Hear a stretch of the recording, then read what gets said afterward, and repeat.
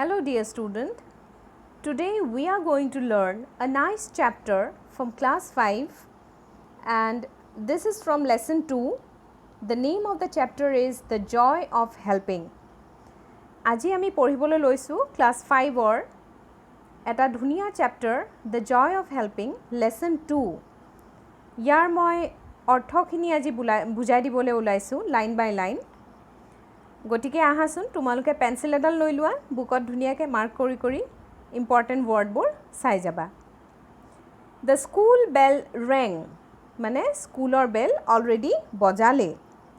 Raju Nita and Gita তিনিজনৰ কথা কৈছে কোন কোন ৰাজু নীতা আৰু Gita rushed to school as they were getting late তেওঁলোকৰ দেৰি হৈছিলে গটিকে তেওঁলোকৰ লৰালৰি লাগিছে গৈ স্কুল পাবলে The morning assembly was about to begin. ৰাতিপুৱাৰ প্ৰাৰ্থনা আৰম্ভ হ'বলৈ হৈছে আৰু Somehow they managed to join the assembly. যেনে তেনে তেওঁলোকে গৈ assembly hall পালেগে ঠিক আছে যেনে তেনে তেওঁলোকে manage কৰিলে assembly গৈ পাবলে Next paragraph At the end of the assembly মানে শেষৰ ফালে assembly শেষৰ ফালে the headmaster announced headmaster announce কৰিলে কি announce কৰিলে I have something very important to tell you মোৰ এটা খুব ইম্পৰ্টেন্ট কথা তোমালোকৰ আগত ক'বলগীয়া আছে We all know about the earthquake that occurred yesterday যোৱাকালি যি earthquake আহিছিলে ভূমিকম্প আহিছিলে তাৰ কথা আমি সকলোৱে জানো We all know about the earthquake that occurred yesterday. It destroyed many areas in our neighboring districts. District মানে জিলা আমাৰ ওচৰৰ যিবোৰ neighboring ওচৰ পাজৰ জিলাসমূহ কিমান যে ক্ষতিগ্ৰস্ত হৈছে destroyed ধ্বংস হৈ গৈছে আমি সেই বিষয়েও গম পাইছো It destroyed মানে destroy কৰি পেলালে দেই earthquake-টোৱে People have lost their homes and belongings. মানুহে নিজৰ ঘৰ দুৱাৰ আৰু যি যি সম্পত্তি আছে belongingsত তোমাৰ নিজৰ সম্পত্তিয়ে হওক গৰু ছাগলী সকলোবোৰ হেৰুৱালে তেওঁলোকে belongings তাৰ কথা কৈছে Many people have died. বহুত মানুহ মৰিলেও and many have got injured. বহুতে দুখ পাইছে So we must help these people. গতিকে আমি তেওঁলোকক হেল্প কৰিবই লাগিব We must help these people. Please contribute whatever is possible for you. তোমালোকৰ যোনে যি দিব পাৰা contribute যোনে যি কৰিব পাৰা মানে পইচাৰে হওক ফ্ৰুট হওক দালি চাউলে হওক যেনেকৈ যোনে সহযোগ কৰিব পাৰে contribute কৰিব পাৰে দিব পাৰে দিবলৈ কৈছে You can give food items. খানাৰ বস্তু দিব পাৰা যেনেকৈ fresh or dry মানে ড্ৰাই মানে যেটো ধৰা বিস্কিট বা ব্ৰেড ভিজা বস্তু নহয় ড্ৰাই বস্তু ভিজা বস্তু হলে কিমান দিন ৰাখিব বেয়া হৈ যাব পাৰে গতিকে ফ্ৰেছ আৰু ড্ৰাই বস্তু ওয়াটাৰ বটলস ক্লোথস মানে কাপোৰ কানি মানি পইচা এটসেট্ৰা টুমৰো মানে অহা কাইলে টুমৰো স্পেলিংবোৰ চাই যাবা নেইবাৰিংৰ spelling tomorrow spelling destroy spelling বিলংগিংছৰ স্পেলিং পেন্সিল এডাল লৈ কাখত মই কৈ দিয়াটো লিখিও ল'ব পাৰিবা অৰ্থখিনি পিছত নহলে পাহৰি যাবা নহয় আৰু বাৰে বাৰে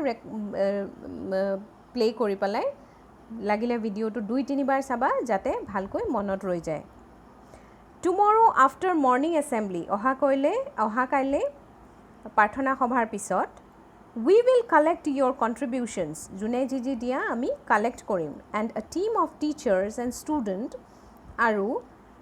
টিচাৰ আৰু ষ্টুডেণ্টৰ এটা দলে representing our school আমাৰ স্কুলটোক represent কৰা will go to the affected area and distribute these items among the earthquake victims মানে যোনখিনি earthquakeত কষ্ট পোৱা মানুহখিনি যোনখিনি earthquakeটো অলৰেডি যোনে মানে নিজৰ সকলোবোৰ হেৰুৱাইছে তেনেকুৱা ভিকটিমখিনি গৈ পেলাই এটা দলে টিচাৰ আৰু ষ্টুডেণ্টৰ শিক্ষক আৰু ল'ৰা ছোৱালীৰ ছাত্ৰ ছাত্ৰীৰ এটা দলে গৈ পেলাই স্কুলক ৰিপ্ৰেজেন্ট কৰি তেওঁলোকক হে এফেক্টেড এৰিয়ালে গৈ তেওঁলোকক বস্তুখিনি দি আহিবগে During the lunch break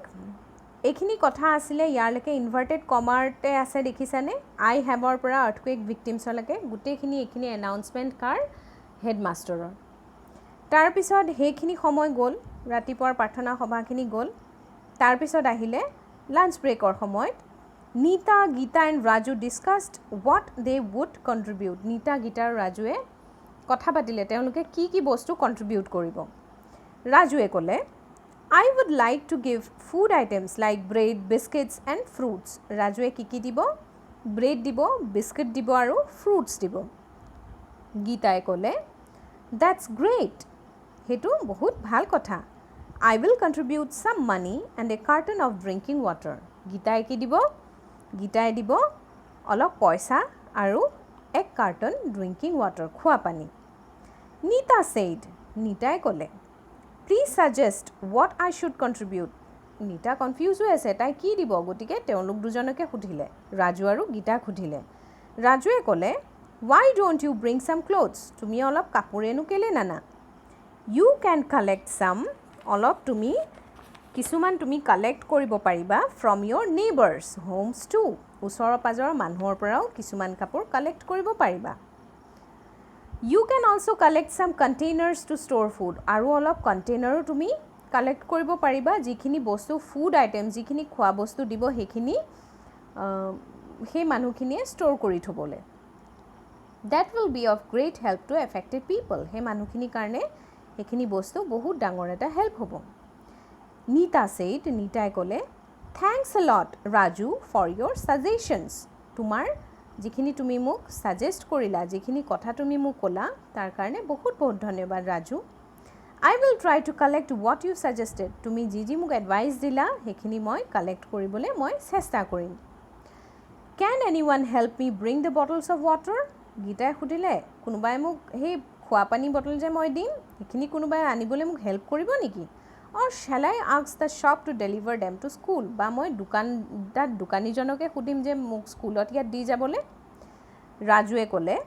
I think you can talk to the headmaster তুমি হেডমাষ্টাৰৰ লগত কথা পাতি লোৱাটোৱে বেটাৰ হ'ব সেইদিনাখন গ'ল সেই দিনটো আহিলে next day at school All the children and teachers assembled in the school playground with their contributions next day to ahi gol hedina nijor contribution kune ki dibo loi pelai school playground ot sob joma hol The headmaster thanked all of them for their support headmaster bahut dhanyabad dile teolokok support dia karne sohojog kora karne The goods van and a team of teachers and students then left for their destination সেই ঠাইলৈ যোন জাগাত তেওঁলোক জাম কৈছিলে হেতু তেওঁলোকৰ destination আৰু সেই ঠাইলৈ তেওঁলোক গুডছ ভ্যান মানে যি বস্তু কন্ট্ৰিবিউশনখিনি আছিল সেইখিনি গুডছ বুলি কয় বস্তুবোৰ আৰু গুডছ ভ্যান মানে সেই ভ্যানখন য'ত তেওঁলোকে বস্তুবোৰ কঢ়িয়াই আনিব আৰু মানুহখিনি সেই দলটো টিমটো টিচাৰ আৰু ষ্টুডেণ্টৰ সেই ঠাইলৈ তেওঁলোক আৰম্ভ কৰিলে জাৰ্নিটো